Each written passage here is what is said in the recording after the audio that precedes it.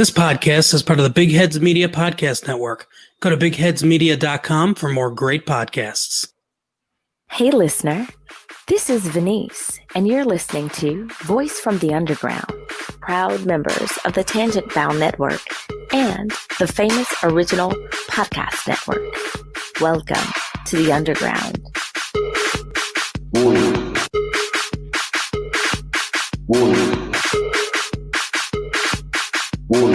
From the Underground. My favorite podcast. Check out DJ. Check out Big Ass. Check out Dush. My favorite podcast. Check 1, 2.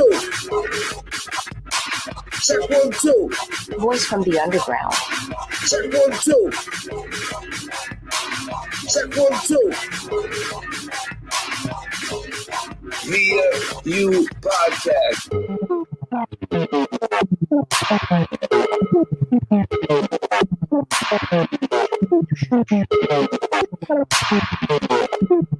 Welcome to the Underground. Voice from the Underground. Welcome back, ladies and gentlemen, to Voice from the Underground, the podcast. We are a gnarly spirited, super dope, and often mind-numbing juxtaposition of politics and pop culture coming straight from the underground and into your earballs. It is I, Captain Jason Dutch, here with my first mate, Big Hussein. What's happening, Big Hussein? Kowtow to the white man. Man, get the fuck out of here. What's up, everybody? Big Haas here. Doing all right, man. Spilled a bunch of liquor on my bar, but you know. Yes. No, you know. Thanks, Mikey, for the suggestion. Thanks, Michelangelo Famigni. So, yeah. For the listener, so I'm praying to God that the audio to this shit is okay. I'll introduce our guest here in one sec. But Mikey, Michelangelo, whatever the fuck his name is, he's been telling us we need to go on video. We're going to do something next week that's probably a little bit more robust and professional than this StreamYard. But let's not diss StreamYard yet. Let's not diss it. We're trying it out. We're trying it out. It goes. We'll it try might it out. Be good. We'll see how it. We'll try it out. And we'll see how it goes, and it might be fucking good. We'll be positive. How about that? We'll have a positive mind frame for once. Positive mind state. Have some good vibrations. Good vibrations. Oh, I wasn't thinking that song, but yeah, you were. Everybody who says that. I was thinking Beach Boys, babe. I'm a little older than you though, so that'll do it. What, like a year? Oh my God, yeah. I don't know who the Beach Boys are. But let's introduce our guest here real quick. Welcome back to the Underground. Thank you for grabbing your fucking shovel and coming back down. Our conservative pal, Will Chambers. What's happening, Will Chambers? From gentlemen, ESPN. How are we tonight? Or formerly of ESPN, correct? Formerly with that's right. We had to make a big switch over here. Yeah, because they called you on Zoom and you were sitting there getting hamsies, and they were like, "This guy's done." So yeah, he's got nothing left in him. So they picked me up. They picked me up at the Fan, home of the Cowboys and the Rangers, and 105.3 The Fan, 105.3thefan.com. DFW's #1 sports station, which is actually kind of big considering anybody that is in any way familiar with the market. It's remarkable. We've got one of the biggest sports stations in the country here that for 25 years is won Marconi's as the best sports station in the country, but we're #1 now. Well, congratulations to you, my friend. I know it's all because of you too. If in the vein. Oh, they got. I've been there since December. They got to #1 before I got there, but thankfully it's not the Titanic. No, Mr. Trump, Mr. Trump. It's all you. Don't. Yeah. Don't you for a second pretend that it has nothing to do with you. So again, I'm sure we got a lot of that tonight. Of course.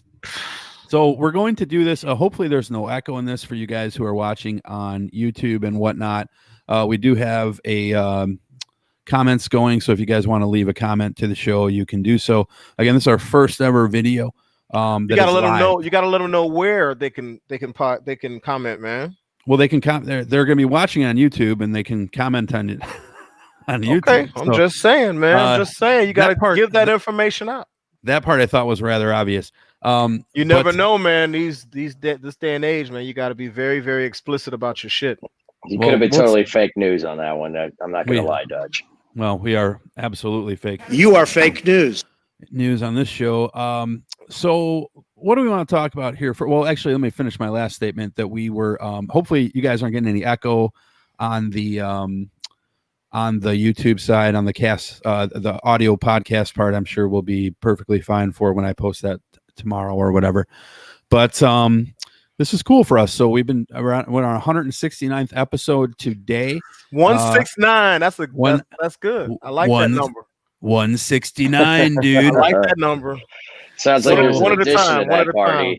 It took us a long time to get to video, but with a face made for radio like me, there's a reason why. So Wakanda University. I want to turn the lights off on me and just be like, incognito. Well, yeah. Just eyes. You just smile. We'll see your smile every few minutes or so. Right. Wakanda University. What?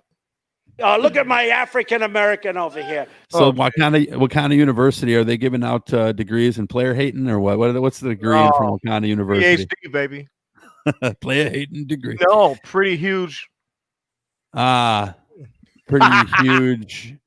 Dollar bills. Dollar bills, right? Pretty huge dollar bills. So let's get started with the show then. Got a few things we want to talk about today.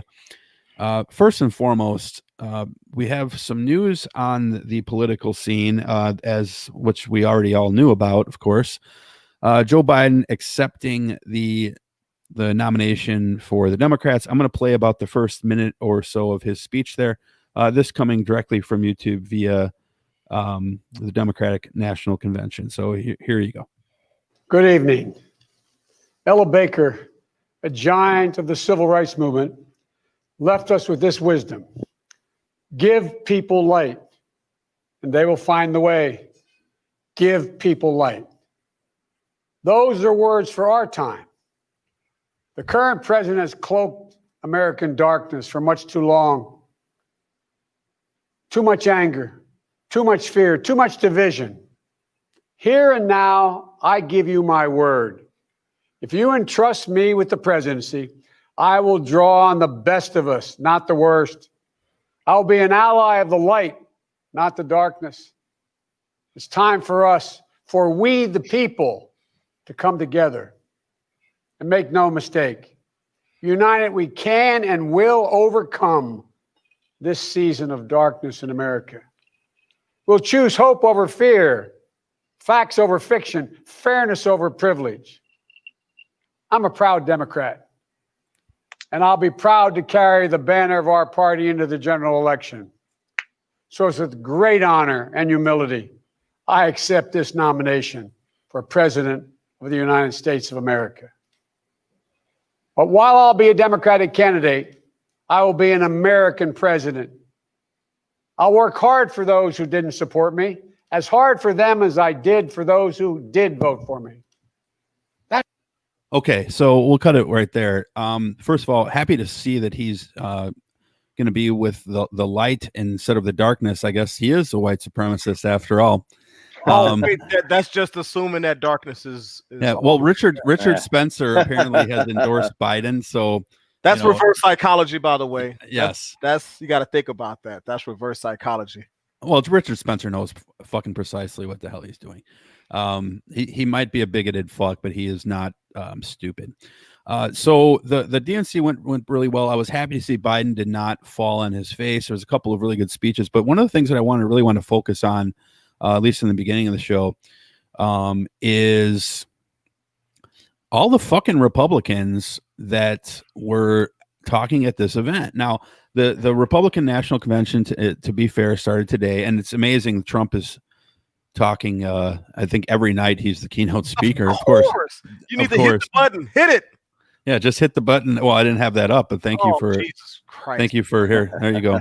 Now it's up. Of course. I was pulling it up, you dick, and then you fucking pulled me on it. But I'll pull my finger, see what happens.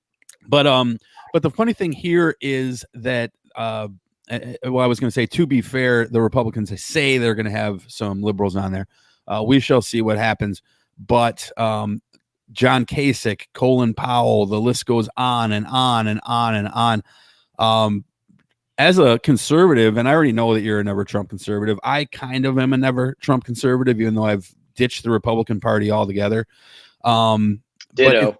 It's got to be. I did that way. Roy Moore did that for me. That was my straw came before Roy Moore. Roy Moore was just more pudding in the middle of the donut for me to get the fuck out of there. But if you hadn't, it has to be eyebrow raising for these conservatives. We'll start with you, Will, as a conservative, and just before you get into that, like, what is are you more like a fiscal conservative or social, or where do you stand on the Overton window of things? Man, Dutch, maybe it's just like the people getting to me and telling me, what I am and what I'm not. And not that I believe them in any way, but believe in what they say may slot me in a certain area, which is apparently more left than, I don't look at it left or right. I think that it's like, how do we determine here where exactly is on one side? If I say that I am someone that believes that welfare is absolutely necessary, but I don't want to see it. Yeah, but I don't want to see it abused, and I want it done the right way. Does that pull me back closer to the right? I don't get where that comes from, because for me, I never wanted to take anybody off welfare. There's lots of things that are considered in the, conservative lobby that it feels like have become instead of gray, it's more black and white. And I feel myself in the gray more. So it depends on who you're talking to, because the fact that I am an anti-Trump and I have left the Republican Party, then that must mean that, I'm a huge liberal. So you must have left. Here's the thing is that you're a libtard, Will. in today's, I guess, description, you would be a libtard, I guess. But if you look back at the Republican Party of the 80s and 90s, you're more of that. You're a throwback Republican. How about that? Well, yeah, but you know what, Hoss, dude, here's the thing. Like, why do we look at a certain person or political party and say that we agree? We don't look at anything and say we agree with everything that they're a part of. Right. And we shouldn't. And there's people that will say that all the time. And yet I wonder where their hierarchy is on what's less and more important. And what you'll find out with almost with a bunch of people right now that are Trumpers, that are Republicans, and they are only that. Well, they are that with me knowing that, even though, and this took me a while, Dutch, and I don't know if you've been able to come over that, to finally accept the fact that, yes, there are still people out there that may support Trump that are good people, because I'm telling you, I went a year and a half and I said, I'm sorry, I can't buy it. It's starting to get difficult. Well, yeah, it had gotten difficult. And then I just came to it to be like, okay, because one of the things I certainly try to pride myself on is empathy, and trying to understand why you feel the way that you do and what makes you say or do or think the way that you think. And at the end of the day, there's so many people out there that are just all about abortion and all about the Supreme Court. And no matter what, they will vote Republican for those things, maybe just one of them. And that's really it. It doesn't even matter what is said on the other side. It doesn't matter that we have got somebody that is honestly moving us closer and closer by the day to authoritarianism. I mean, it's just, once you think you can't go any further and it'll be accepted, all of a sudden, we're publicly or making this thing about the post office, essentially, that whole deal. And you're like, really, what the fuck? Like, I mean, seriously, like, it's crazy. It would be really crazy to think it up and to think that you would be able to get away with it, because every politician, knows, I can't do that because of this and that. This guy literally does shit because he's like, I think it'll work. And then it fucking does work. And it's the worst thing ever. You're like, this is what, when you call everything that is critical of you fake, you're obviously you're not talking objectively, but you know what? We have a hard time all looking at it and be like, I think I'm right, but I try to figure out why you think what you think. He doesn't have that capability at all. And so all he knows how to do is to go on the attack. And it allows people that are, totally anti-abortion, like it doesn't matter, or that other stuff, to just be like, I'm going to follow him no matter what. It's a goddamn shame. It's a damn shame. Yeah, it's real. It's a you can't break it down any further than that. But it's crazy to think. Some of the things that he said, some of the things that he's done. You would think most rational people would be like, okay, But so many people do say, they're like, oh, well, he may not be the best guy in the world, but we're not electing people for morality. We're electing Since when, though? Since when? Exactly. That was exactly why they wanted to impeach Clinton. They said they called the morality of the office was in question. And that's why Dan Quayle got booted out. Remember? Well, he didn't get really booted out, but he definitely didn't get to run for president. He was, basically told to leave the ticket because he cheated on his wife with some hot young piece of tender. So, guys, at the end of the day, all it is about is what is helping me out.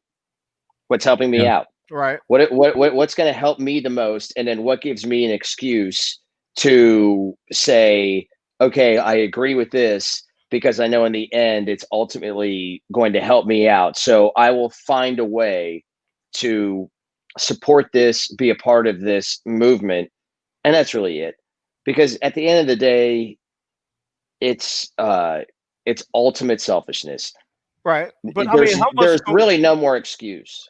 Well, and this is I'm going to read something from an article here from Politico that might shed a little bit of light on this as well, because that's a liberal rag.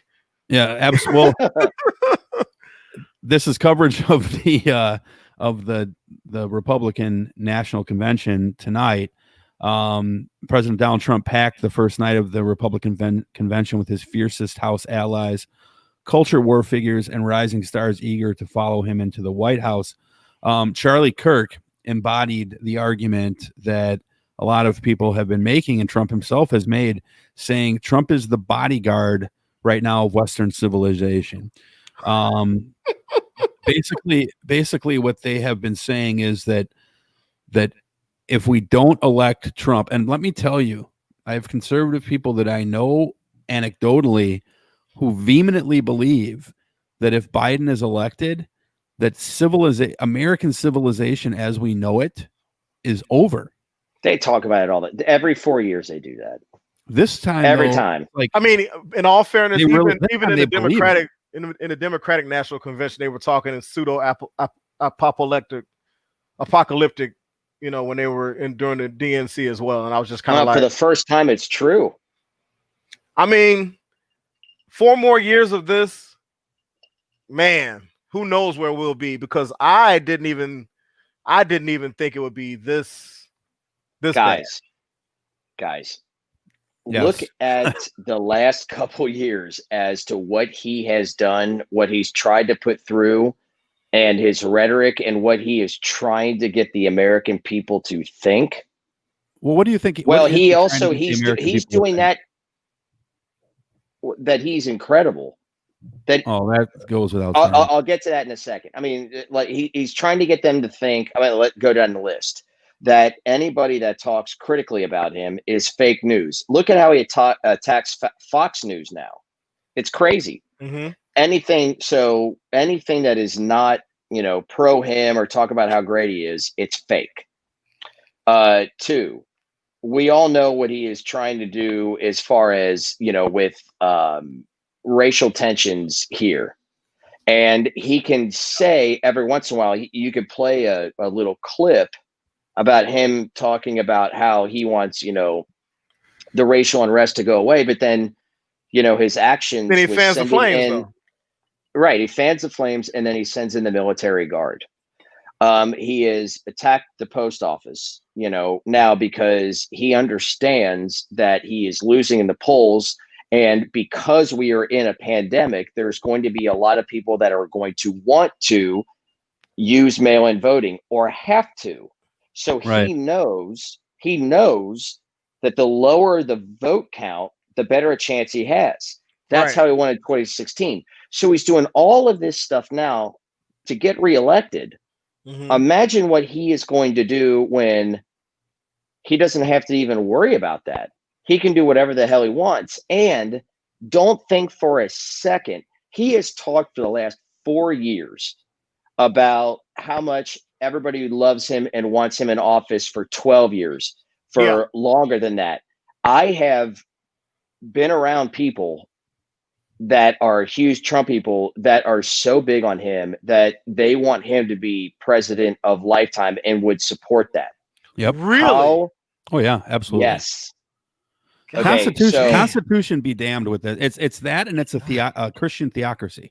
They want him to be the leader of this Christian theocratic government that is so astonishing to me because he's not a Christian. No. And there's nothing that exudes Christian behavior about this guy at all. He's not even. He doesn't even exemplify Christian in his responses to people that he disagrees with.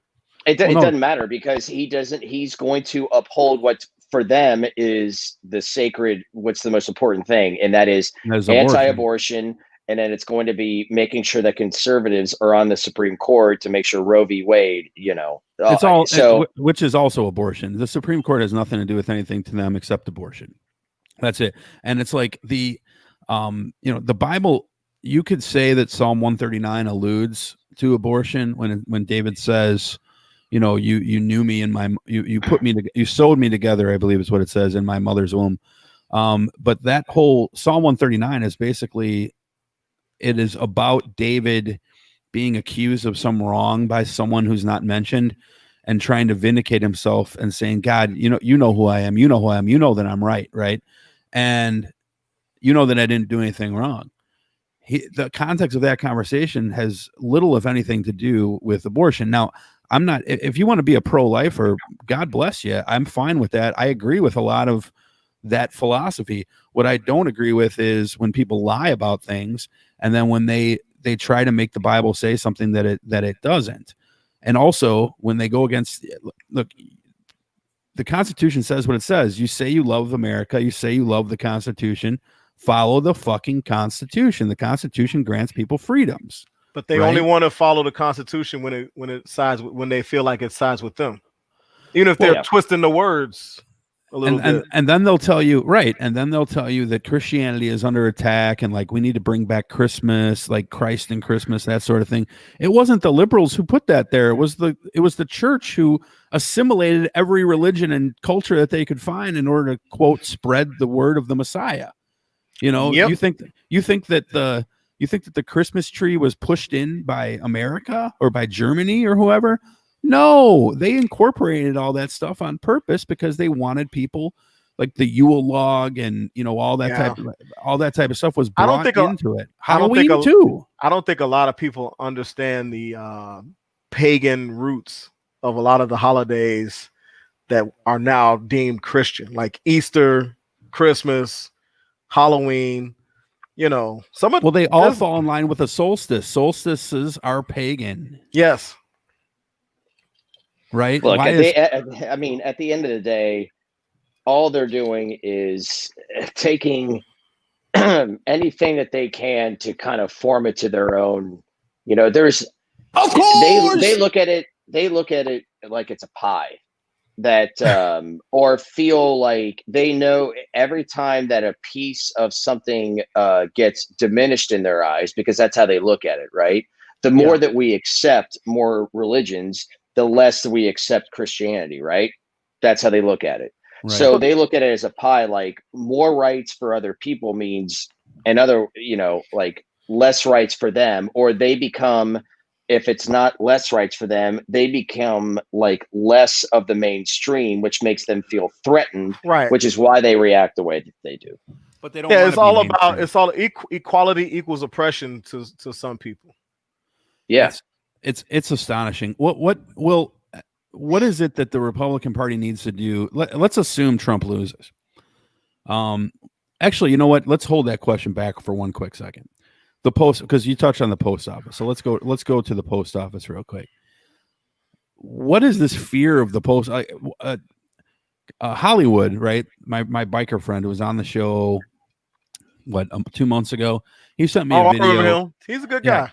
Yeah, he's a good guy. And besides the whole Trump thing. Besides the whole Trump thing, right? But he sent me. I'm sorry. I wasn't. Sorry. It's all right. The Dallas Stars just won, so I was like, I don't even know what you said. So now it was like somebody's cheering something that you said. I'm like, I have no idea. I was paying attention, but it was just they got an empty net goal. Everyone will just won $1,500. We were I actually did not. We were talking. We were actually talking about how people love racism, and you raised your arms and said, "I love racism. Yeah, great. It's fantastic." That make that the trailer for this. Exactly. Will loves racism. It's gonna be. I heart racism. Yeah, But he sent me a video, and the video basically was of a lady in Palm Beach County, Florida, who had her ballot and what she claimed to be her brother's ballot, and one said R and one said D, and she's like, they show you the political party on the ballot, and the people need to know this, because if you send in your ballot by mail, the mailman is going to take it and he's going to throw it into the garbage. And how do we know the mailman's not going to do this? And I was like, dude, since when have you ever got anything in the mail that you didn't get? I mean, like, one out of every 500 letters you get might go to your neighbor. But once in a while someone will steal your Amazon package, but this is outgoing mail, and it's going into one of the most secure inbox, mailboxes that there is, monitored by tons and tons of people. You think a postal worker is gonna risk their career? They're gonna over and look through all of the ballots and pull out the R's, or just pull out to steal a bag of ballots that won't even sway anything. First, are you kidding me? How many ballots do you think a mailman can steal to swing an election? And how do you know that the mailman? How do you know that the mailman's not a Republican? That's what I'm saying. You could on either side. What? Come on, quit playing. All right, how many of them know that it's an actual ballot? I mean, they could. Somebody be like, "Oh, here's what the envelope looks like," or something like that. But it's not like they go, "Oh, well, here's this person's ballot. I could see who they voted for." Right. That's the whole other thing. It might say R, but this might be somebody that's like, you know what? Like Will himself. His ballot might, let's just say that's true, that the R's and the D's are on there. And Will's like, you know what, though? I'm not voting for 45. I'm voting for Biden or whatever. So you're throwing away ballots thinking guess what? Well, my idea of it would be that of what will be ultimately, weeks or maybe a month down the road, or probably weeks, maybe even days, but that they will start complaining that, well, what they're going to do is they're going to do it in typically, Republican areas. Well, they will, they'll try to sabotage it by throwing away the votes. But then why are you taking the mail sorting machines out and mailboxes out of areas that are predominantly urban or have a high concentration of older people there? Good question. Why is that? That's a good question. Well, here, all right, because I know I was on Facebook going back and forth with some extended members of the family, and this was their thing about the mail-in, that they believe that there'll be dead people, somebody's dog or something, that they will somehow find a way to get, have them vote. And I'm like, how many million dead people and how many million dogs and stuff would have to be voting? And the statistics already show that mail-in voter fraud is minuscule. So you just nailed it. That's it. because they're right on one thing, that it is possible, like after, my grandparents had passed, I know that mail was still coming, and, sometimes paperwork or data, although it should be pretty streamlined now to know that somebody's dead, they would not get a ballot. But let's just say that they did, because some other state does it in some antiquated way. Mm-hmm. This is what they have seen so far. There's only, specific isolated incidents of this. And so now they're saying, well, because it can happen once, it can happen a million times. Somebody will watch me saying this right now and say, yeah. I'm like, no, that's not how it Deep works. State and freaking Illuminati and the Hollywood Pizzagate sex cult people, they're going to recruit 10 million people to impersonate dead people. Yeah, only it's 10. Not gonna be, they're not. Only 10 million? They're going to. We're in a pandemic and we're doing these mail-in, ballots. So they're going to be checked thoroughly and cross-checked to make sure that those being counted, or those that are, the ones that, have been sent out, are going to be to people that, they can confirm are U.S. citizen. Oh, and I say confirm that, like, okay, this is a person that lived at this address, this address. How many times do you have to put in something for like a credit check? And you're like, did you ever live at this address? Did you ever live at this address? And it goes back like 20 years. Yeah. And so then another part of the, so they'll be able to, that's something that is not going to be difficult to figure out. And again, it'll be isolated incidents if it does happen, nowhere near enough to actually, sway the election. The other part of it is wondering, and I got this and I couldn't even believe it. Like, well, they don't have the capacity to, to do this. Think about it, like, what are you talking about? How many times do you get? We get Christmas cards on the regular all throughout December, and yes, some people do, like, they do come in late sometimes. And guess what? It's because people sent them late. You literally can put a stamp. You pay 60, 50, whatever even it is, and something will arrive somewhere like 3 days later, 3 or 4 days during Christmas. And you're gonna tell me that in October that it's going to be more so than Christmas cards? Of course, man. Wrong. There's no way. I mean, like, But Trump said. It's so I know. It's so unbelievably absurd because, okay. Doesn't matter. They'll believe everything he says. If you do Christmas cards, if you send them out, you don't send out one, do you? No. You send got a whole out packet of them things. Right. If you're a person voting a mail-in, you send in one, and yet we have no problems really during Christmas of people, families and people sending out multiple Christmas cards all over the country, all over the place. But and they get there 3 or 4 days. Send one ballot in. Yeah. Well, I mean, the that, and also, like, I can imagine if you were to like when I got married, there was maybe out of 150 people, there's one person who said that they didn't get the invitation. How do I know though? They were just lying, trying to. It could have been that, or they could have thrown it away with a bill, or not knowing what it was, that sort of thing. Anyway, not to say mail-in voting is perfect, but what is perfect though? It's just you can go to the polling place right now if like you and say, I can go and say I'm Will. You know what I mean? As long as I know his address, I can do it. So, I mean, that is one of the points where I still side with the Republican Party. I think absolutely. Yeah, but how many million people would have to go and do that?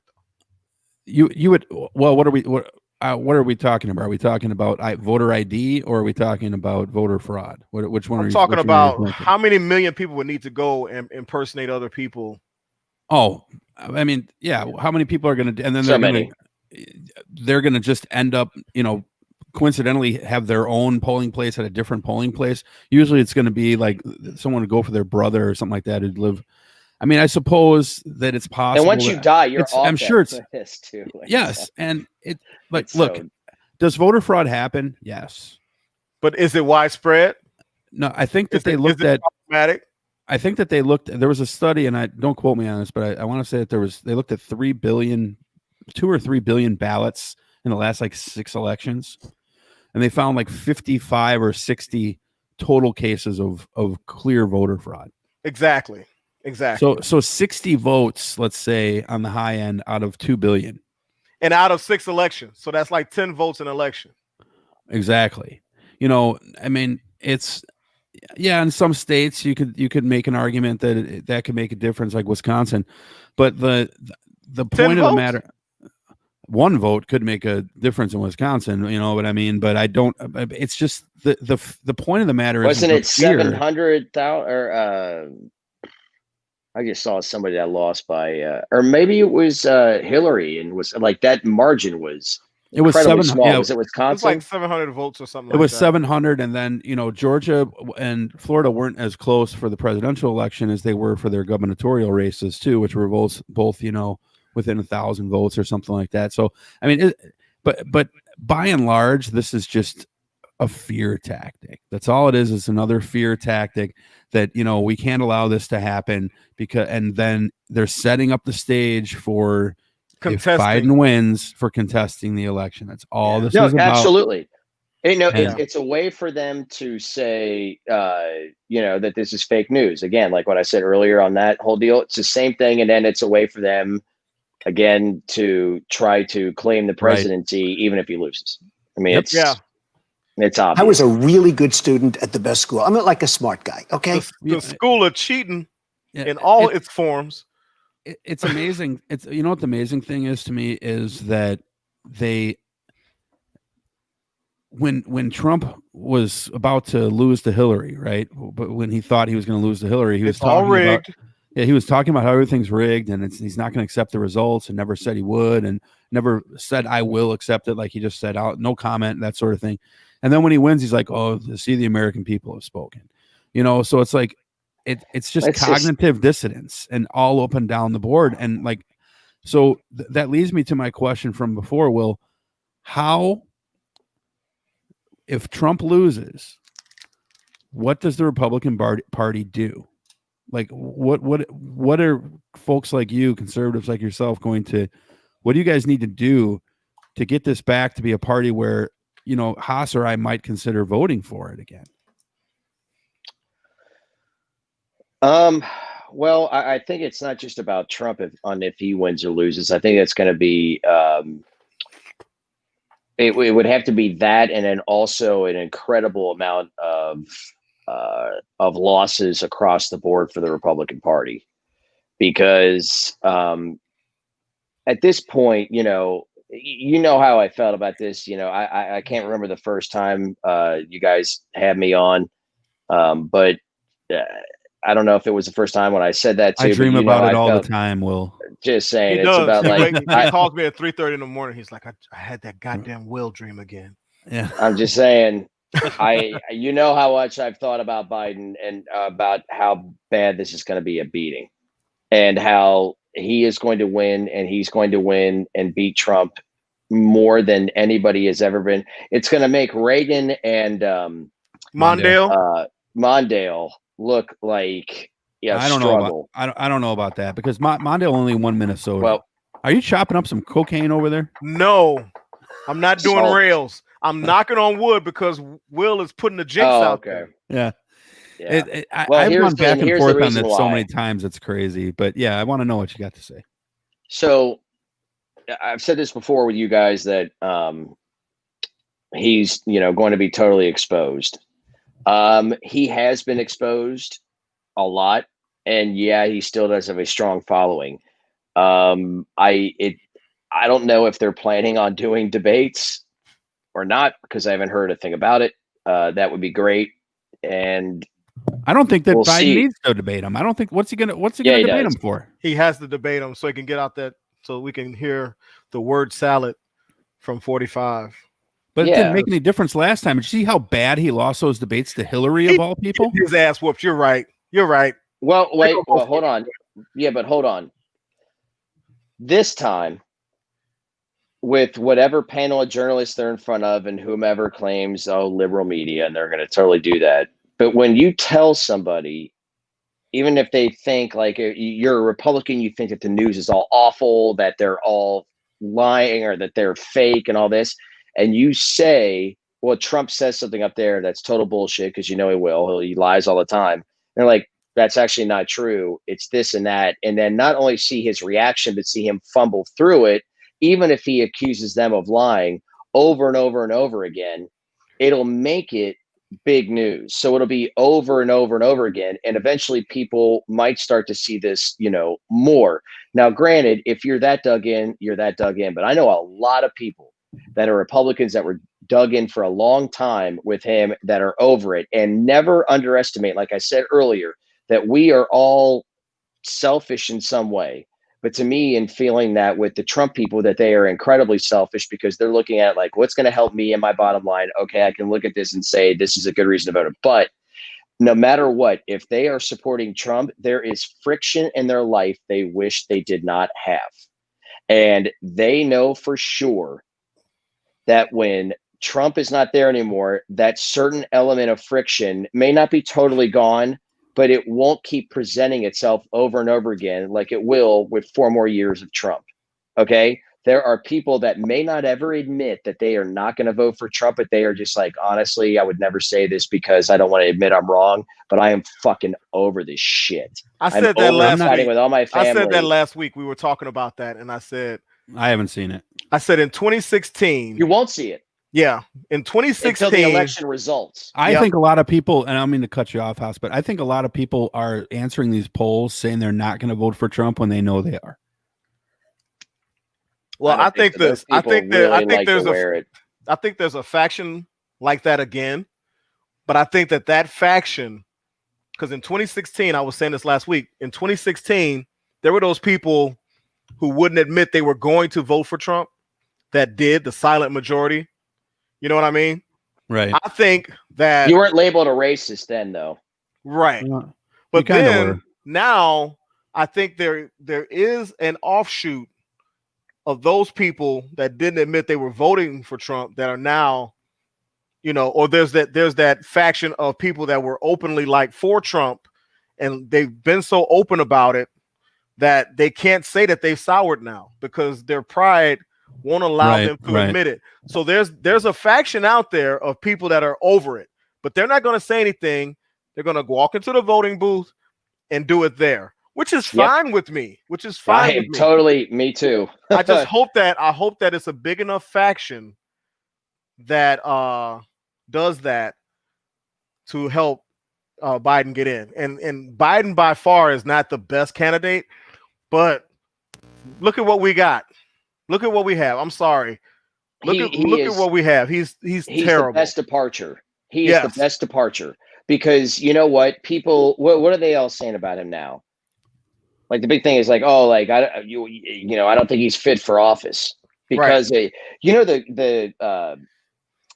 biggest point that was made at the subtle point that was made at the DNC was having the video and the talk about Joe Biden growing up and having his issues with stuttering. Mm-hmm. And then not to mention, the kid was, that was insanely touching, but what that will do to anybody that saw it or understand, like that, and looking at him like, okay, he doesn't speak that well in public. But that's a big part of it though, is that stuttering thing never really goes away. Yeah. Well, he did overcome it a little. But he overcame it, but just like Ron Harper never did. Ron Harper never did. Shannon Sharp, sportscaster on a show that I watch, Fox. He stuttered badly, and he overcame it. But you see, if you watch it, like I watch him all the time, so I see when he has to go to his technique to prevent him from stuttering. And sometimes he misspeaks and things like that. So, I can see that. I recognize that with Biden when I'm watching him speak. I'm like, oh, he's trying to go back to his mechanism for not stuttering. Well, right. Things but like that. how many people talk about, how, he's really losing it now? Mm-hmm. Well, you expose that part of it, and nobody wants to look insensitive about people that go through issues like that. One, and then two, it also discredits, the fact that he's kind of losing it. And then you couple that with the whole thing, like, he's been giving gaffes for 20 years. It's no different now. Right. And then when he gave his speech, he didn't really have any of those gaffes at all. So I think that it was the biggest subtle point of just. You're talking about the Biden speech from a couple days ago? Yeah, but the point of it being of bringing to light the stuttering thing, because I guarantee you, a ton of people out there that did not know that. Right. I mean, a lot. I mean, maybe the majority of people did not know that. Yeah. And so with that, they're like, well, okay, it'll put some, thought in their head or some doubt that, well, maybe he's not really losing. He just, he's had that, speaking problem. Maybe, again, I'm talking a lot of about things that I look at from a very psychological point of view. Those people in Haas, I think you're right, man. And it goes along those same lines in saying that I think that maybe they believe this, or that it's going to at least make them reticent to be so gung-ho on Trump, but they're going to be gung-ho Trump out of their mouth and on their shirt and whatever flag, but they may not be as much as, as it looks like. And he's getting his fucking dick whooped in the polls anyway. I mean, like, I don't believe the polls. I don't believe the polls at all. At all. Hold on. Again, you have to believe them polls, a little. You can't. Polls are not to be believed or not believed. You believe the polls because polls are scientific. Could a poll I don't believe in science. To be wrong? Could it turn out to be wrong? Absolutely. But the poll, or could it be biased in some way? Absolutely. Yeah. It all matters on your subjects. But when it comes to presidential polls in different states and counties, they're not these people. And what I mean by these people, I'm talking about news outlets. Where you used to make your money, or where you used to be, what was everything was how credible you were. The fact that you could call it like, oh, yep, I said it was going to happen, and it happened. So why would you put out false data and be wrong like that? It doesn't make any sense. The point I'm trying to make here is that the polls were 100% right in 2016 because they have to be. They were right because those people said they were going to vote for Hillary Clinton. And guess what? Those people didn't vote. If they were going to vote, a lot of people stayed home. A lot of black people, which was a shame. Look at the turnout. The turnout. The turnout was way, way, way low. Overall. Yeah. You did have a good turnout in the rural areas and areas. In certain demographics, demographics, it did go up. Yes. So it's not that the polls were, that they were wrong at the time. They just ultimately did not give you exactly what was, it didn't forecast, it didn't predict what was going to happen as well as other polls do. But polls aren't right or wrong. People say like, oh, the polls were totally wrong. No, they weren't. They just, they incorrectly predicted them. And they incorrectly predicted them by maybe giving people a false sense of, security, belief. Yeah. That he wasn't going to get elected. Well, guess what? Lesson learned. This is why. Well, the New York Times said 4% that he was going to lose, and then there was a poll the other day that came out and said Trump's going to win 91%. Oh, geez. Well, I treat it like this. Back when I was dating, you call up a girl, you'd be talking all day about getting together and everything. I did not believe anything until I was in that person's presence. Yeah, until they show. You know what I mean? Right. Until they show, because guess what? People talk a lot of stuff. Yeah. And then here's to that, dude. It's 8 o'clock, 9 o'clock, 10 o'clock, and you're like, damn, where the hell is Felicia? You know what I mean? Felicia. By the way, I guess Felicia habitually, he's a habitual line stepper. She finally all these rose petals. I bought a bottle of wine and everything. Felicia finally bailed on us, and we've been left with Karen.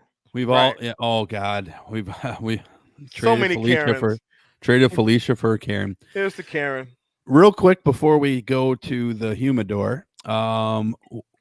Actually, you know what? Let's do the humidor. Let's do the humidor real quick right now. So, Big Haas, I'll cue that music for I will do that for the audio podcast, but for the Video podcast. What are you drinking? What are you smoking in Haas's humidor today? Oh man, hey, I'm smoking with my pinky up a little bit today, just a little, because I'm smoking a Cohiba Black. Mm-hmm. Okay, now this isn't the Cohiba that you can't really get here. This is the Americanized Cohiba, which is still a really good cigar. I had one before that I did not like, but I really like this one. The Cohiba Black. Jesus Christ. Really good cigar. Really dark complexion, as you can see. You know what I mean? And damn it, I forgot.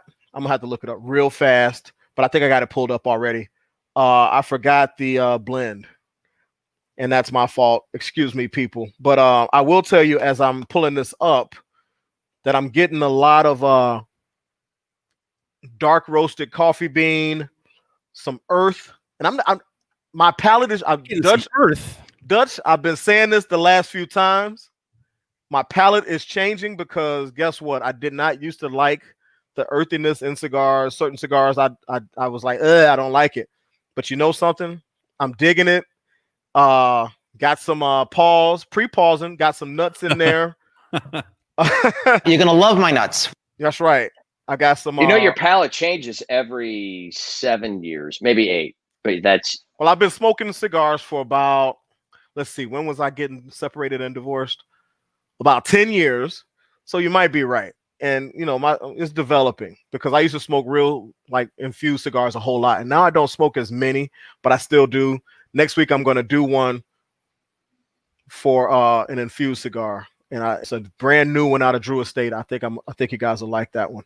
But my palate is definitely changing because you know this cigar. I would say a year ago I would be like, I don't like this because everything is more like it's chocolatey, but it's dark chocolate. You know what I mean? It's peppery and a little spicy, but you know, it's just not what I used to be a fan of. It ain't your normal thing. It's not. But the wrapper is a Connecticut broadleaf. The binder is a Connecticut broadleaf. The filler is Dominican. So I'm sorry. Not from Nicaragua. It's not Nicaraguan. Darn it. Boo. And it was country of origin is Dominican Republic as well. It's a medium to full bodied cigar with the medium strength. Now with this cigar, what I did with it is I got this cigar December last year. So I purposely just let it sit in the humidor. Because number one, I knew it was expensive. This is about $18 for a single cigar. So I was like, ooh, I'm gonna let this rest for a while. I'm not just gonna smoke it because it was the only one I had. It came as part of a gift. And so I left it in the humidor. And I think that it mellowed it some. So I think that if I had smoked it right away, I think it might have been a little bit more earthy. But I think that it resting in the humidor for that long actually mellowed it out. And so it's not as much earth as I think it would have been. But really good. This is a Toro. So this is it was about 5.5 or 6 by what's this, 50, 52. So it's in that hybrid Vitola where you could say it's a Robusto or maybe a Toro. But it's very big. I like it a lot. And I have it paired. Last week I talked about this vodka that a friend of mine, actually my second roommate from college gave me. Oh, was that Emmett Tucker? Tucker. No. My boy Leon Goins. The trucker. No, it wasn't Emmett Tucker, the trucker. Emmett Trucker, Confederate trucker.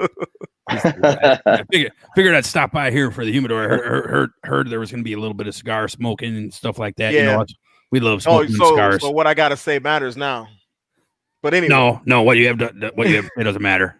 But I've got it paired. I made a Moscow Mule with the 20 grand. Nice. My favorite. The 20 grand gold cognac infused vodka that we heard you were abusing the alcohol earlier and spilled a little. I did. I Shame poured on up you. because to make the Moscow Mule is 2 ounces of the vodka, is 4 ounces of the ginger beer, and a half ounce of the lime juice. And you mix it, you pour it over the rocks, whatever. I poured the 2 ounces of vodka.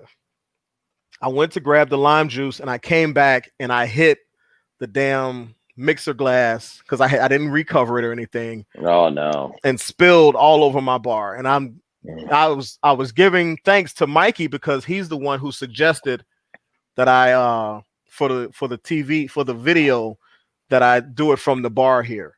And so it's a little because I have so much liquor up here. So it's a little constricted. I made a little room and I hit that damn glass and I spilled that vodka all over my bar. Now I'm not an alcoholic, so I did not slurp. I did not slurp the alcohol from the bar like a dedicated drinker would. Inconceivable. Right. But I finally got one made, and the sweetness of the mule brings out a little bit of the sweetness of the chocolate a little bit more, and actually mellows it just a little bit, so it's not as it's a lot of acid in a Moscow Mule, so I'm not. Yeah, that's an interesting pairing you've chosen. You know me, man. I'm the king of king of crazy pairings. So, well, you used to pair your cigars in the old days of the humidor with chocolate cake and chocolate cake, red KoolAid, all kinds of stuff. I still do that. You've become so much more sophisticated. I have. As I've become more educated on the whiskeys and the bourbons and the vodkas, I've been really looking to pair that with different things. You're growing up and getting so smart. So proud of you. So real man of genius. Mr. Is it you, Mr. Mystical Sophisticated Man? So sophisticated. You don't drink red KoolAid anymore because you know that shit is obtuse. Hey, what is it? What is it with when you go to the black neighborhood? Oh shit! All of a sudden, that's the funny thing is when you know you're in the black neighborhood when they have red pop. Oh, that's just demographic targeting, dude. Yeah, that's just demographic. I would throw grape in there too. And by the way, what the fuck is juice, man? What the fuck is grape drink?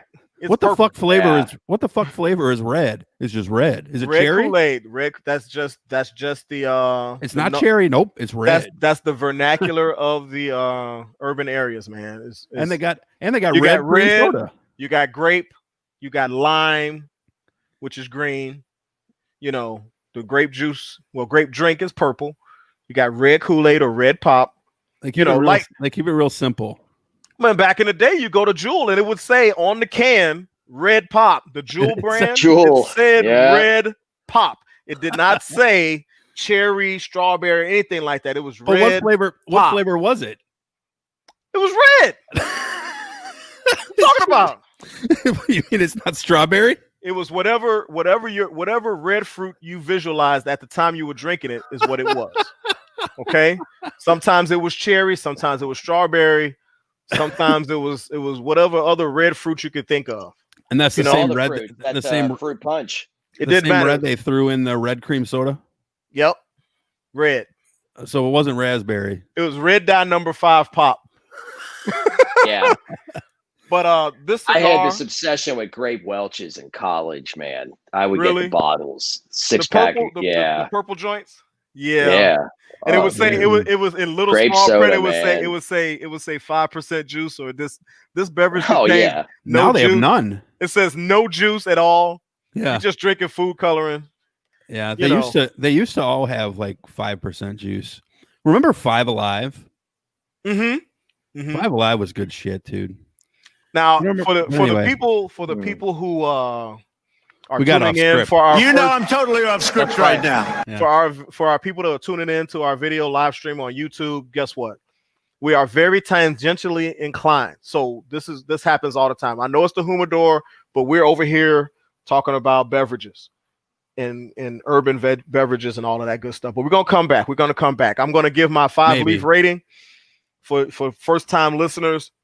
I give a 5-leaf. First time watchers.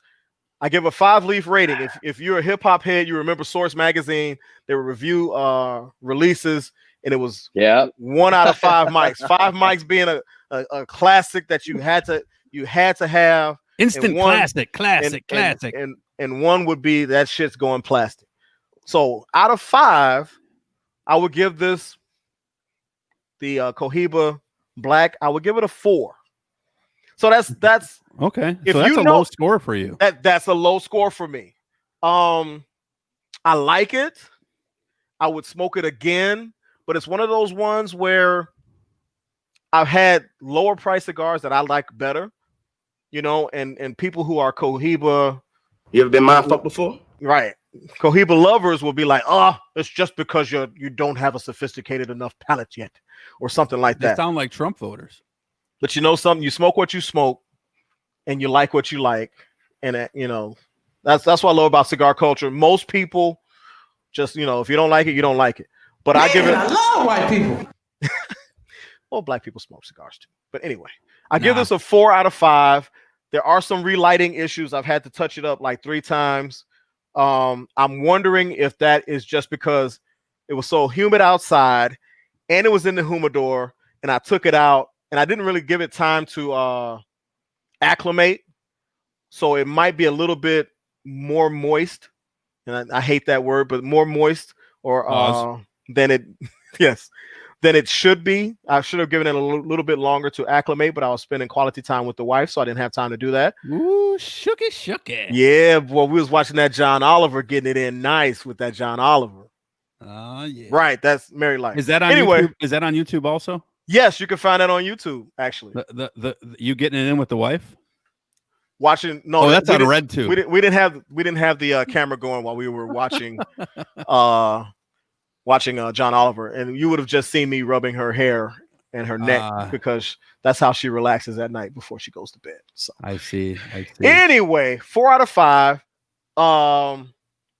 Definitely play with the pairings. Like I say, it's 4 or 5 ways to smoke a cigar. You can just smoke the cigar. You can smoke it with water. You can smoke it with a whiskey or a bourbon.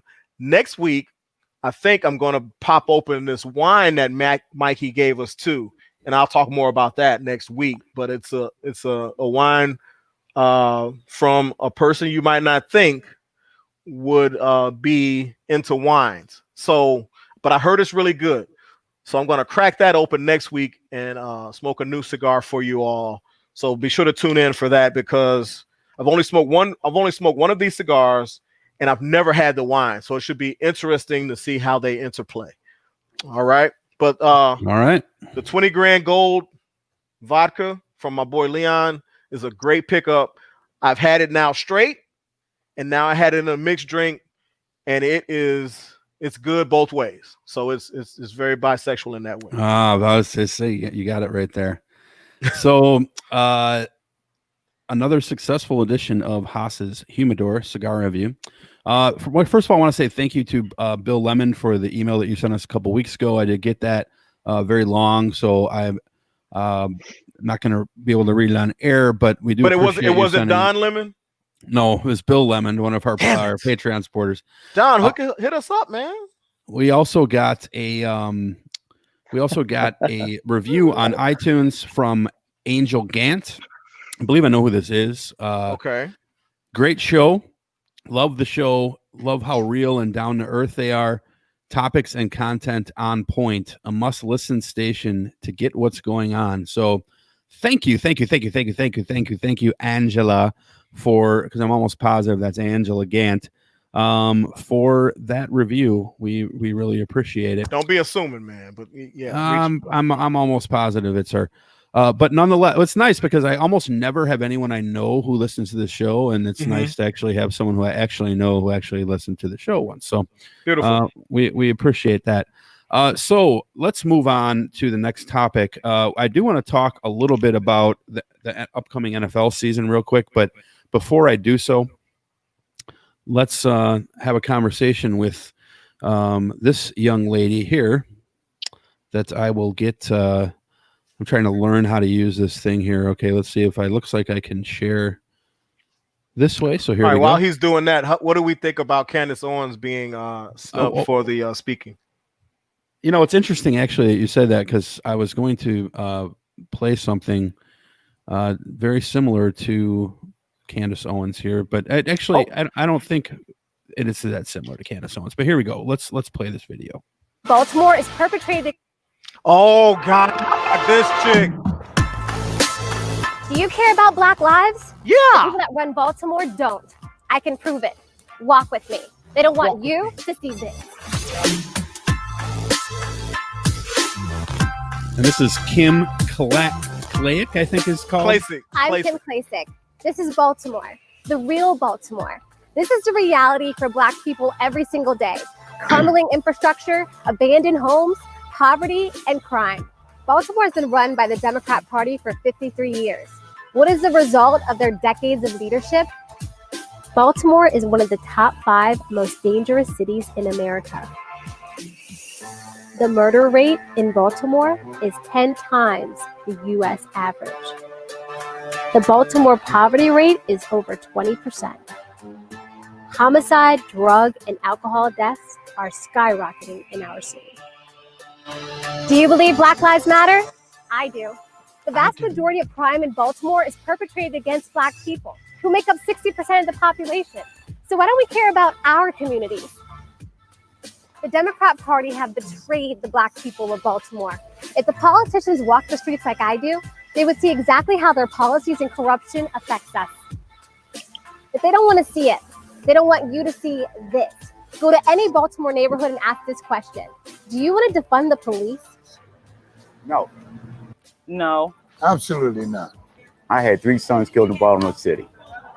And I think if we defund the police officer, it's going to be worse than that. So no, I'm opposed to that. What are you going to defund the police for? Why? How do you defend your city, your community? Families are losing people. It's not just Baltimore. The worst place for a Black person to live in America is a Democrat-controlled city. Wow. It's 2020. Name a blue city where Black people's lives have gotten better. Try. I'll wait.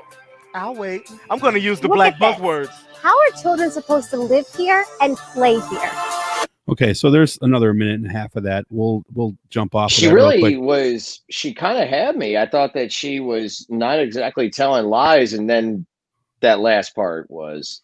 Yeah. Like no. So yeah, well, all right. Boy, it's a good message because she's not wrong, and then all of a sudden goes into that, and then gave the "I'll wait." Yeah. Here's the thing. Yeah, go ahead, Haas. This is you first. 2 questions. Number 1, the people that she interviewed, the first question they should have asked is, do you know what the defund the police platform means? Because the guy at the end who was like, it's going to be worse than that, he obviously thinks that defund the police means get rid of police officers, that's not what it is. But we've talked about that. The Democratic Party doesn't know how to message. Their messaging sucks ass. Yeah. Then number 2, and more importantly, when you say name a Democrat-controlled city that Black lives have improved in, I'll wait. Name me a Republican-controlled city that has a lot of Black people in it. Name me that city that Black lives are great in. I'll wait. Well, I mean, how the fuck do you prove it? Exactly. I mean, it's so ridiculous. Exactly. It's so ridiculous. And the thing is this, and this I've said this before. If it doesn't matter what party is in control, if the system is fucked. It doesn't matter what party is in control if the system is skewed against a certain group of people. So that is why there's a movement for systemic change, so that everything working under the system has to change as well, including Democrat Party, Republican Party, Libertarian, Independent, Green, Kanye, because Kanye's his own party, Birthday party. Exactly. So the system has to change. If the system doesn't change, how can anything below it change? So my thing is, anybody that's going to try, or I believe is going to try to change the system for the better, even a little bit, that person is probably going to have my support. It doesn't matter what letters before their name. Okay. that woman is trying to win an election, and she has a strong following and should, because what she's saying in there in her, message isn't wrong. I don't know Baltimore specifically as far as, their politics on who has won or who has been mostly in control. I'd be willing to bet it's a Democratic Party, but that's not really what it is. What it is, because if it was a Republican, controlled area, it could still be the same.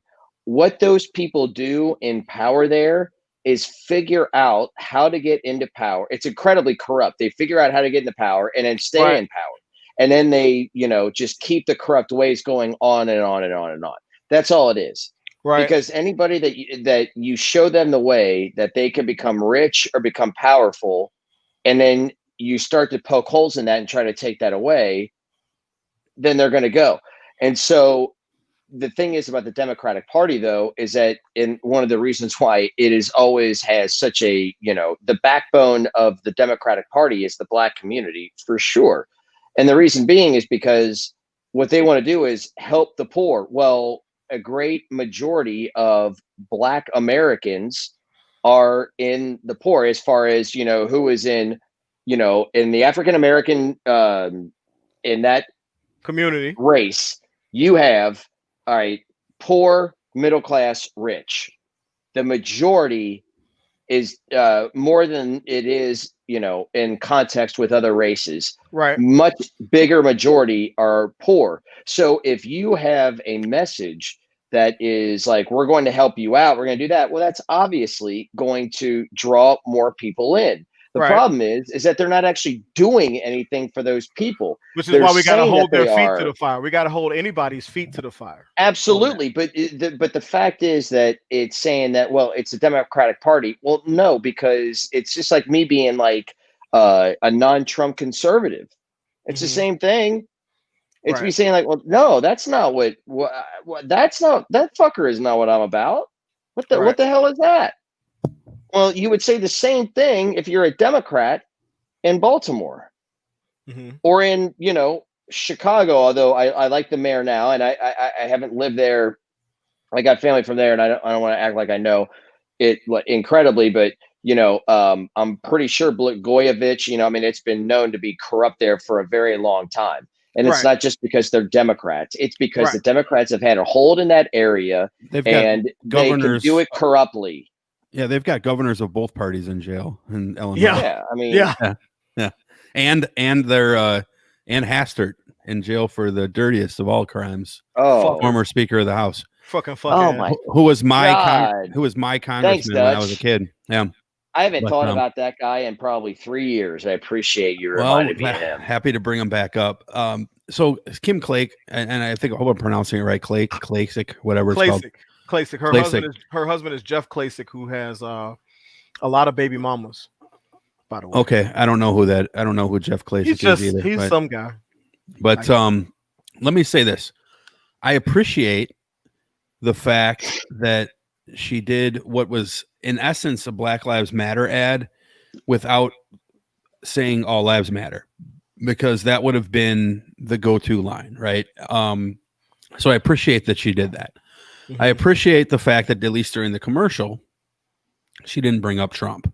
Now she has brought him up on her Twitter page, but there is and there are some things that are factual in what she is talking about. I also like your rebuttal to that. That if you're still under the umbrella of the system, right? Right. So Baltimore is under the umbrella of Baltimore system, Maryland. Well, Maryland and Baltimore. Yeah, exactly. Right. I think that's one thing that we should understand. I'm not trying to defend Washington or any other system, because we're all based along the system, but the system of how they are doing things in Baltimore is the issue.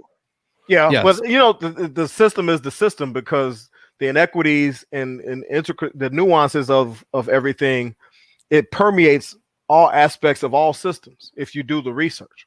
So, you do the research and you see bang, bang, bang. Here's how it works here. Here's how it interplays here. Here's how it impacts here. So all the gears are using the same oil to speak. Well, the You know proof what I'm of saying? that, the proof of that is that no one has done it yet, Mhm. right? Like if there was an example of, let's say, let's just say Detroit, right? Which is probably the shittiest example of all. But let's just say Detroit. That would be Cleveland. Let's just say Detroit was a mecca of black success, like the old Black Wall Street in Tulsa, right? Right. You know, and we saw what they did to that. So, and they were under Republican leadership or Democrat. It doesn't even matter. But there was something that they were doing there that was They're under that was corrupt tangible. Right. Right. That let's just say that Detroit was a great place and blacks were 11 times more successful in Detroit, and the school systems were graduating 93, 98%, you know, and they're graduating doctors and lawyers and stuff like that. Then you would say, okay, there is a place here's something tangible that we can look at. Right. The fact is, though, that has not happened. So right. You have to, and we would have to say up and down the socioeconomic demographic too. Right. And my wife has me watch a show called Real Housewives of Potomac, and it's Potomac, Maryland. I feel sorry for you. Hey man, you know, you do what you do. But didn't even know it existed. It's a Real Housewives show that it features very affluent African Americans, and I guess Potomac, Maryland is like, I guess they call it the what's that? It's the Black Hamptons or something like that. Okay. So very, very affluent, but you don't have any stratification there. It's either you're affluent or you don't live there. You know what I mean? So it's not a fair example of a place of a community where there are different differing socioeconomic demographics across the strata where they're doing good things in all of those economic demographics. Where you could look and say that, you know, the poverty rate, instead of being 33%, is only 7%. Right. Exactly. Right. So now again, there's a lot in the ad that I do support. I don't hate this ad. I don't hate it, but I just thought that it was, you know, she took a hard left.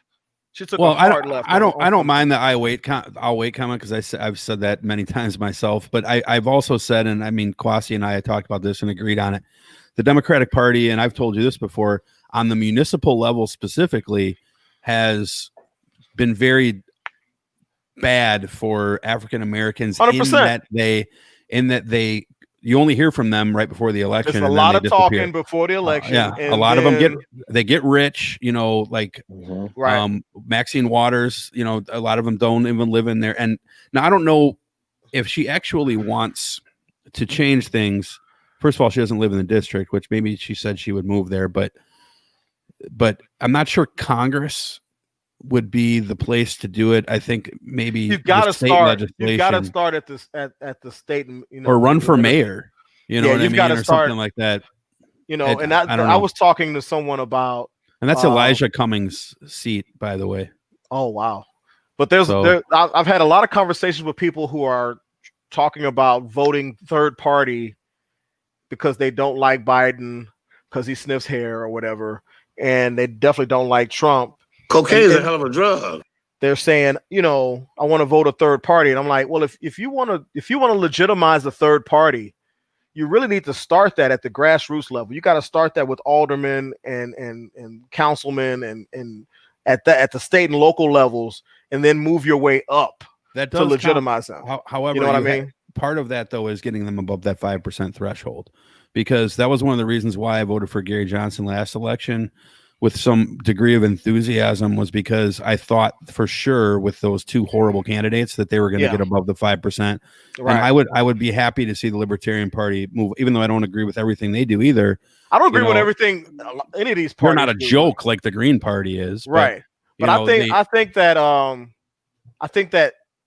like I said this in 2016, and I'm saying it again now in 2020, this election is not the election to do that, because of what we have. Right. You know what I mean? I would probably vote for Daffy Duck, somebody else, if it wasn't. Yeah, I mean, what the fuck do you Trump. think you're doing if you do that? I mean, right. What are you helping? That's why the Republicans are trying to help Kanye get on the ballot. Yeah.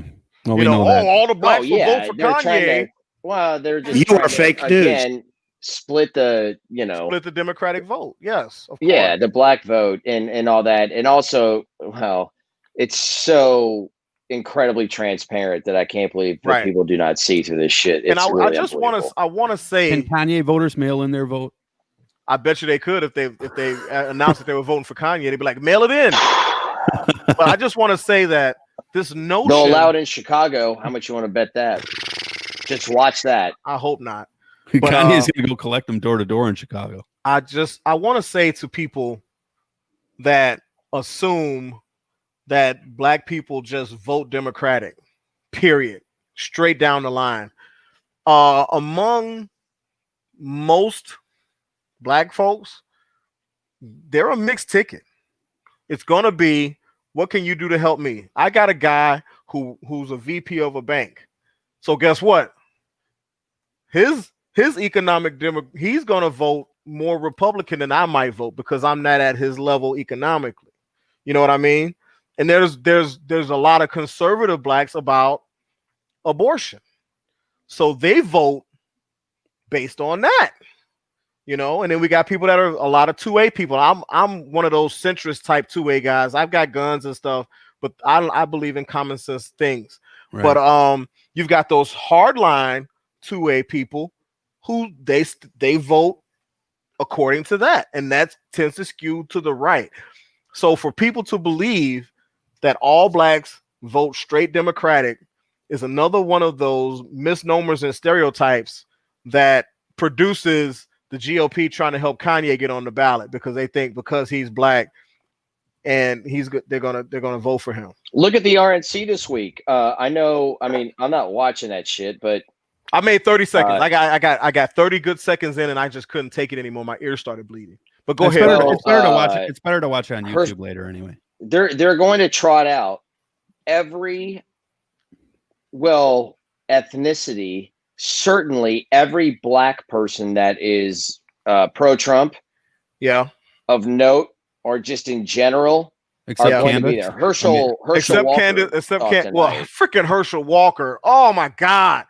But one of my frat brothers is actually slated to speak at the RNC, actually. And he's actually a pretty good brother. I don't necessarily know what his motives are here because, you know, as we were talking about it in one of our groups, and we were just saying that, you know, to be able to speak at the RNC on behalf of Trump, you have to have pledged fealty to him. You know what I'm saying?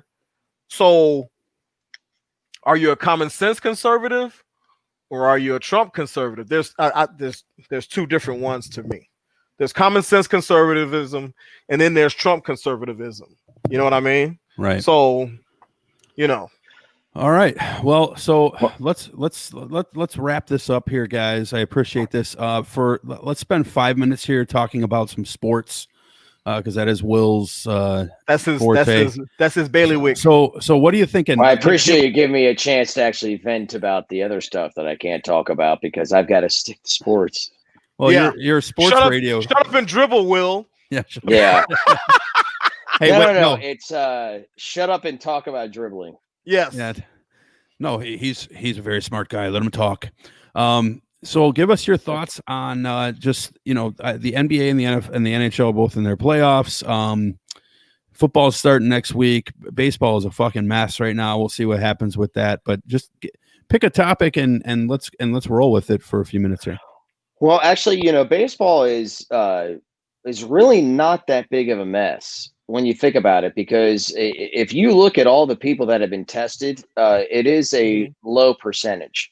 It's something unless you're on the Marlins or the Cardinals. Then again, you know, that thing that they pointed out, you know, the mistakes that they made and the reason why, you know, they tested the way that they did. And so I actually expected this, to be honest, because, you know, I felt like that people in general understand. You know, I know there's a lot of people out there and especially if you're young, you know, going out and party and all that shit. And everybody thinks athletes are just going to, you know, they don't give a fuck. They're going to go out and party and fuck whoever and all that stuff. I'm like, well, Yeah, but they're Well, also yeah. protecting a big paycheck, whether they have it now or they're going to get it, and know how long they're going to be able to get it, or they're competitors. They understand what is at stake here. They're not just all a bunch of what everybody thinks they are, Right. rich young people that want to party and get laid. So those numbers in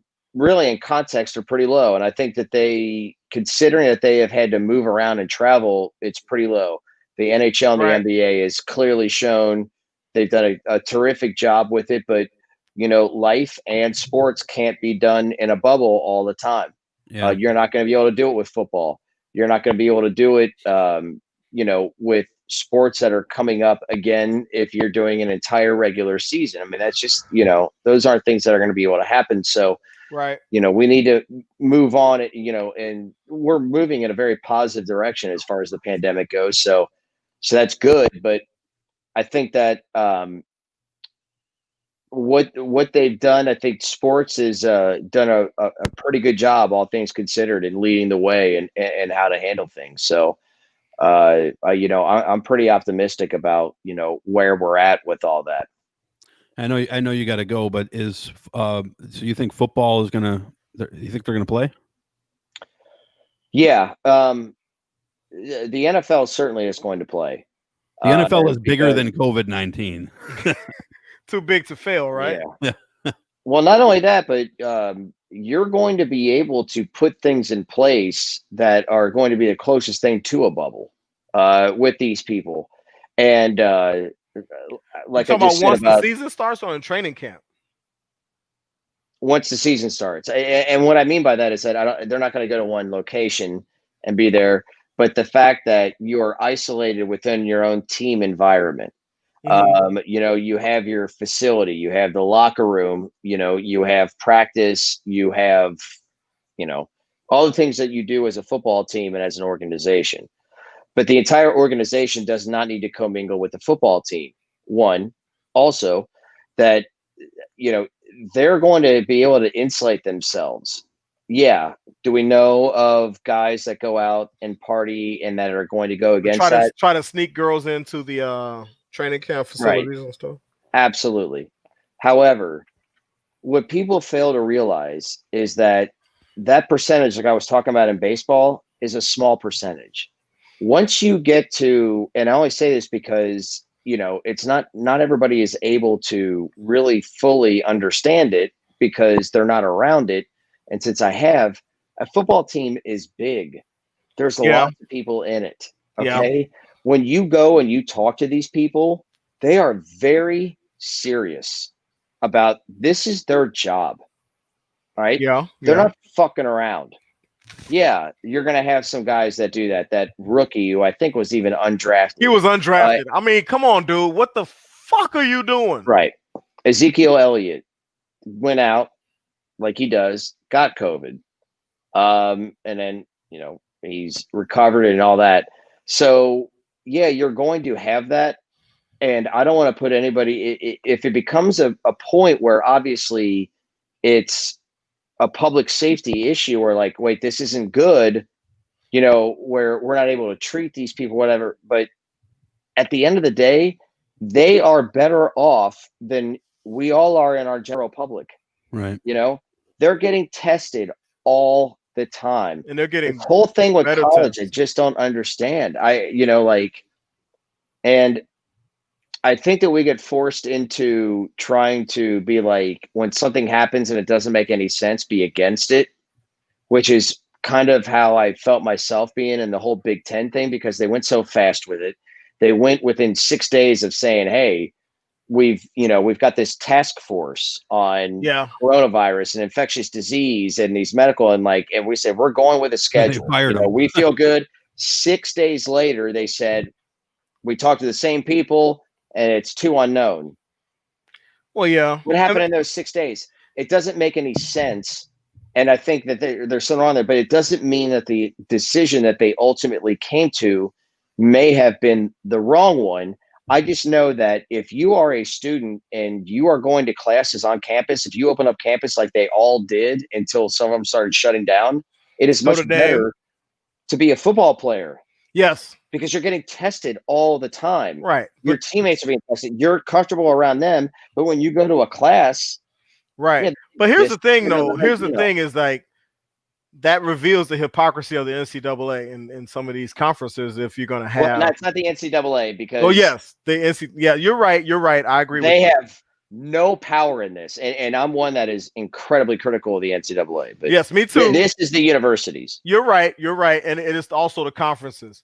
But yes, to have the football players come, but not allow the students, that just reeks of hypocrisy and money grabbing. Well, you know what I mean. Hoss, To me, tell you this, I agree with your premise. And the premise being that obviously this is about having it be, you know, like we need the money, right? Mm-hmm. But at the end of the day, what I said before about the football students, because they're both right, is actually true. Student athletes. Yeah, but it's more true. They're more safe if there aren't other students there. This is true. If they are, I agree with you. If they're all doing this, you know, virtually, you're still safer. Yeah. So, but you're supposed to be a student athlete, right? So I think that I am definitely of the belief of the college athlete that they are exploited. Yeah. They now, whether we get into the whole paying deal, you know, I think that's a very nuanced conversation. I think there's ways to do it that are incredibly reasonable, that you don't have to have it where this strict amateur professional is black and white. Right. However, I do believe that it is very important that these places are able to have football and able to have television broadcasts. And I think it's okay to say, now, is that for your personal enjoyment, or is that because you feel like it's the best thing for the student athletes? Oh, I think it's the best thing for the student athletes in general, because football pays for so many different sports at every different university. 100%. And for the NCAA. Also for these colleges to be able to make money. Now, I think that colleges in general and universities have exploited everything on such a grander scale. Oh, when you think about the Big Ten having a multi-million-dollar deal with certain TV stations and certain networks and things like that, and other conferences. I think honestly, tuition in general, to be perfectly honest, Hoss, I think that tuition is ridiculous and it's crazy. It's crazy. It's totally out of hand. But with that being said, that, you know, there are, you know, we talk about football and basketball, but, you know, what about field hockey and gymnastics and lacrosse and volleyball and all these other sports that are done there that don't have spectators, that don't draw in, or if they do, they're incredibly minimal. That they're not drawing in 100,000 people like Ohio State does. You right, I mean? But you know, one of the things that it does though is allows these kids to get a free education. Yeah, and I think that is an important element of it. That's one of the reasons why it's good to have it. I think that though, if they don't have football, they should still honor those scholarships though, and they should, you know what I mean? That's what absolutely, yeah, absolutely. But again, you know, we're talking about a nut. You know, I mean, you can go look and you're gonna love my nuts. How much, you know, money was made, you know, on advertising revenue on specific games last year. But you can go just look that up. You could see how much universities make. I mean, if they're a public institution, you know, their books are open to the public, so you can see how much it brings in and also how much of it goes out. So yes. Everybody loves to talk about, oh, like this, it makes so much money. Well, right. But what does that money go to? It goes to a lot of things that are very necessary. Does it go to things that maybe are extravagant or to salaries? Absolutely. There's no doubt about it. Right. College coaches make one thing's right. Boatload of money. That's right. But you can't, it's lump sums that are made. And so you need that lump sum there to do a lot of good, even though I wouldn't call paying I'm very proud that we pay John Calipari as much as we do. Trust me. So I think he's totally worth it. Or I'm sure Alabama fans feel the same way about Nick Saban. Yeah, of course. Is it exorbitant? Absolutely. But you know what? Do you know how much money they produce and the football players produce? Right. But the football players don't get a slice of that. True. They don't get a slice of the network deal. They don't get a slice of that money generated. Well, what's worse is that they don't get any money made off of them. Yeah, because you know what? They sell, like Reggie Bush said and Chris Webber said, I'm seeing my jersey in the student union, in my jersey number, and the students or the people who are buying those jerseys know they're buying it because it's me, but I don't get any of that. You know what I mean? Mm-hmm. It's wrong. Well, there we go. A nice enlightening sports discussion to end off the day. Last thing, Will, NBA champion, who's it going to be? Oh, shit. Who's playing the best right now? I think that's what you need to. As of 12:38 Central Time on Tuesday, August 25th, it's the Lakers. I mean, they just beat the doors off of the Trailblazers again. But shit, But the Trailblazers just got in by the plaque on their teeth, though. I mean, they had to expend so much energy, and and I'm talking about mental and emotional capital to get to where they were. I think that they just did not have the mental or emotional capital in reserve to play that series. They were cashed out mentally and emotionally, I believe. I think that you could totally be right on that. And Dame Lillard came off tonight, and they've got to get an MRI on his knee. It's very possible. Yeah, they were exhausted mentally and emotionally, I believe. And I think that they did. I mean, because every game they played was basically a playoff game. You know what I'm saying? You're 100% right. I tell you, the team right now that I think, excuse me, would be the one that, because nobody is really that impressive. Milwaukee has had, they ups and downs. Yeah, I mean, they lost 3 of 4 going into the break when everything got shut down. Then they went, 3 and 5 in the bubble. They lose game 1 to Orlando. Now, granted, they have looked good since. And when I watched them at times this season, I felt like that they were the best team. But I think that they're one of those teams that is really good when they're going downhill. If they're going uphill, they're not as good. The team that is the most consistent right now, I think, is Toronto. And, things can change in a week and a half, because all of a sudden, like, we just said, the Lakers look great. The Clippers are playing a really tough team in the Mavericks. And one of the best players that you've got in the game right now, in Luka Doncic. So the fact that they're struggling shouldn't necessarily be too much of a hinder right now in how good they can be, but they do not look like a championship team. And the reason why they don't is because they don't have a good number 2. Paul George is a superstar in this league. He has not looked like anything. No, he called him nothing. He calls himself Playoff P, but he's not looking good. He's not looking good. He looks like shit, man. He's got Seth Curry talking shit to him. Come on. Well, yeah. But that's on some personal. That's shit a whole other.